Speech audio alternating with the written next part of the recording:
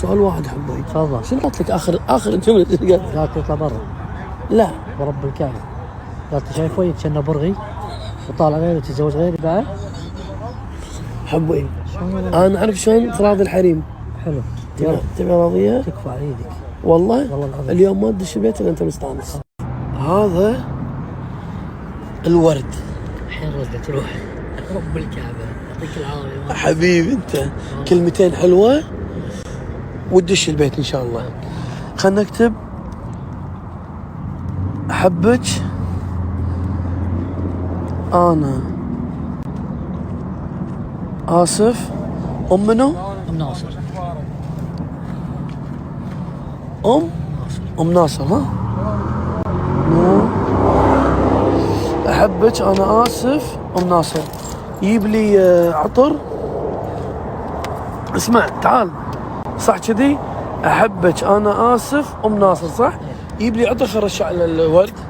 حبيبي انت ام ناصر. ها احبك انا اسف ام نوره.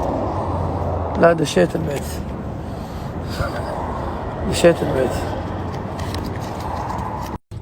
رش عطر. تدش البيت تقول لها كلمتين حلوين. قول لها انا اسف هذه الورقه اقريها بعدين بكمل لك كلامي. اذا قدرت تكمل كلامك ان شاء الله. عرفت ابوي؟ اذا قدرت تكمله ان شاء الله يا رب. اذا قدرت تكمله بعد اقول لها شعر خفيف شي كلام حلو. اعتبرني انا مناصر دش علي. اقول له حياتي اقرا الكلام اول شيء وبعدين هذا وحكمي وشوفي الكلام الحلو وبعدين حكمي انت يا عاد. بس حبيبي موفق خير. روح ودق علي يا بعد امن. مع السلامه حبيبي انت. لي كلمتين حلوين حبي يعني تعرفين غشمرة الربع ثقيله من هالكلام عرفت. بس انت لا تكثر كلام. اول ما تقول الورد والورقه تحكم بالملي. اشر لي وهي تحت بس. اول ما تخلص الورقه ان شاء الله. شوف عبي اول ما تخلص الورقه حاول تاخذ رقبتك يمين يسار. اي ما تدري يا سبحان الله.